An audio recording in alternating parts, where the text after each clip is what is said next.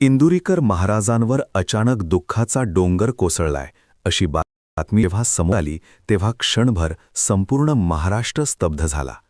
कारण ज्या माणसाने आयुष्यभर हसत हसत समाजाला आरसा दाखवला, जो माणूस व्यासपीठावर उभा राहून आपल्या विनोदी शैलीतून लोकांच्या डोळ्यात अंजन घालायचा, तोच माणूस आज गंभीर आजाराशी झुंज देतोय. ही गोष्ट कुणालाही पाचणी पडणार नव्हती. इंदुरीकर महाराज म्हणजे कीर्तन असो किंवा समाज प्रबोधन असो, लोक 20-25 किलोमीटर प्रवास करून त्यांचे कीर्तन ऐकायला येतात. यूट्यूबवर त्यांचे व्हिडिओ कोट्यावधी लोक पाहतात. हसत खेळत समाजाला शिकवून देणारे महाराज कधीही स्वतःच्या दुःखाबद्दल बोललेच नाहीत. पण यावेळी त्यांनी स्वतः मंचावर उभं राहून सांगितलं आहे की ते ऐकून लोकांच्या काळजाला चटका बसला. कारण महाराज म्हणाले की मी एका मोठ्या आजाराशी झुंज देतोय, म्हणजे माझी मृत्यूशी झुंज आहे. हे शब्द जेव्हा त्यांच्या तोंडून बाहेर पडले तेव्हा समोर बसलेले हजारो भक्त.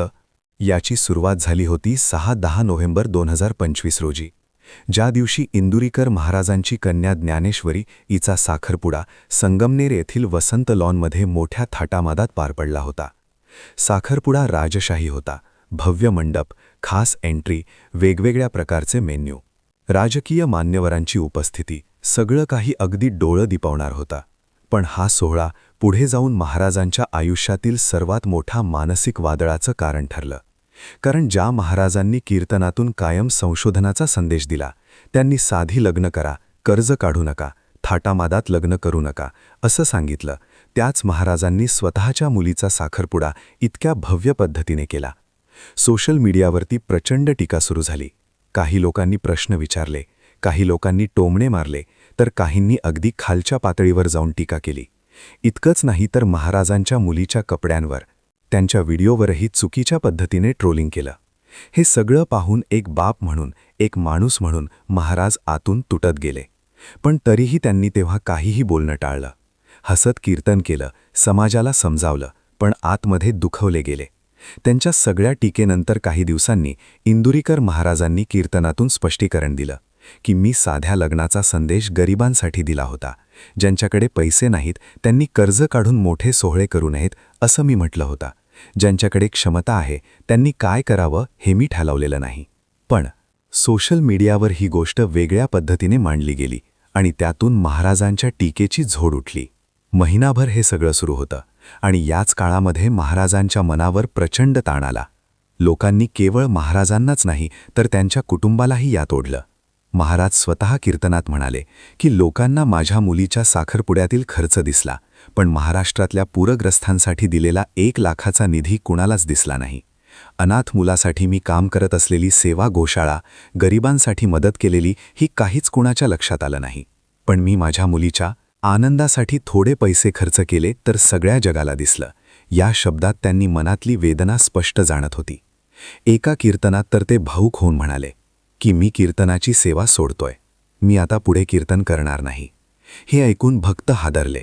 कारण ज्या माणसाचा श्वास कीर्तनात होता, तो माणूस असा निर्णय घेतोय म्हणजे परिस्थिती किती गंभीर असेल याचा अंदाजा घेता येणार नाही. याच काळात महाराजांच्या शरीरावर या मानसिक ताणाचा परिणाम होऊ लागला. सतत दिवसाला 3 ते 5 कीर्तन, माईकवर उभं राहून अखंड बोलणं, प्रवास, थकवा आणि त्यात मानसिक ताण यामुळे त्यांच्या छातीत, हृदयावर ताण आला. नाशिकमधील एका कीर्तनात त्यांनी पहिल्यांदा उघडपणे सांगितलं की मला हृदयाचा त्रास आहे, माझ्या हृदयाच्या एका बाजूला सूज आली आहे, माझ्या बरंगड्यावरही परिणाम झाला आहे. त्यांनी हे थोड्या विनोदात सांगितलं, पण शब्दाच्या मागचं वास्तव्य भयंकर होता. कारण पुढे ते म्हणाले की मला कधीही अटॅक येऊ शकतो, मी कधीही जाऊ शकतो, माझा जय हरी विठ्ठल कधीही होऊ शकतं. हे क्षणभर ऐकून शांतता पसरली. हजारो लोक स्तब्ध झाले. दिवसाला इतकं बोलणारा माणूस जेव्हा स्वतःच्या मृत्यूची शक्यता बोलून दाखवतो तेव्हा त्या शब्दात किती मोठं ओझं असतं हे प्रत्येकाला जाणवलं. पण इथेच कथा संपत नाही. कारण दुर्दैवाने काही लोकांनी यावर संशय घेतला. काहींनी सोशल मीडियावर लिहिलं की खरंच एवढा त्रास जर होत असेल, कीर्तन बंद का करत नाहीत, पैशांसाठी हे सगळं सुरू आहे, अशा नकारात्मक प्रतिक्रिया आल्या. आणि ही गोष्ट अधिक वेदनादायक होती. कारण ज्यासाठी महाराज आयुष्यभर झटले त्या समाजातील काही लोकांनीच त्यांच्या वेदनांवर प्रश्नचिन्ह उभं केलं. पण याच वेळी मोठमोठ्या प्रमाणात लोक महाराजांच्या पाठीशी उभे राहिले. संपूर्ण महाराष्ट्र हलला. लोकांनी प्रार्थना सुरू केल्या.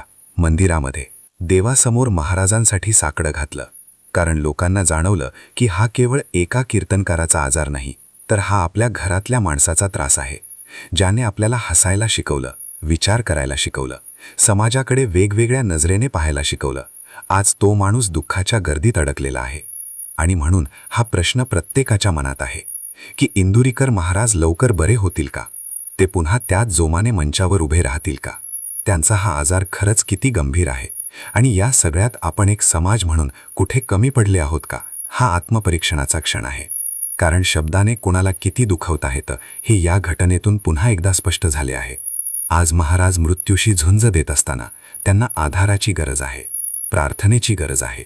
आणि तुम्हाला वाटत असेल की समाजाने इथे चूक केली असेल तर तुमचं मत नक्की कमेंटमध्ये मांडा, कारण तुमचा एक शब्द कदाचित कुणाच्या तरी मनाला धीर देऊ शकतो. इंदुरीकर महाराजांनी आजाराबद्दल सांगितल्यानंतर जसं संपूर्ण महाराष्ट्र हलला, तसं त्यांच्या आयुष्यातील आतापर्यंत न बोललेलं दुःखही हळूहळू लोकांसमोर येऊ लागला. कारण बाहेरून नेहमी हसमुख दिसणारा हा माणूस आतून किती एकटा लढतोय याची कल्पना कुणालाच नव्हती. कीर्तनाच्या व्यासपीठावर उभा राहून हजारो लोकांना हसवणारा अवलिया माणूस स्टेजच्या मागे गेल्यानंतर शांतपणे वेदना सहन करतोय, ही गोष्ट अनेकांच्या काळजाला भिडणारी होती. महाराज म्हणाले की लोकांना वाटतं की कीर्तन म्हणजे फक्त बोलणं, पण त्यामागे बोलण्यामागे शरीराची किती झीज होते हे कुणालाच दिसत नाही. दिवसाला 3 ते 5 कीर्तनं, सलग प्रवास, माईकसमोर तासनतास उभं राहणं आणि प्रत्येक शब्दात ऊर्जा असणं. परिणाम शेवटी शरीरावरच होतो आणि त्यात मानसिक ताण आला की शरीर लवकर हार मानतं.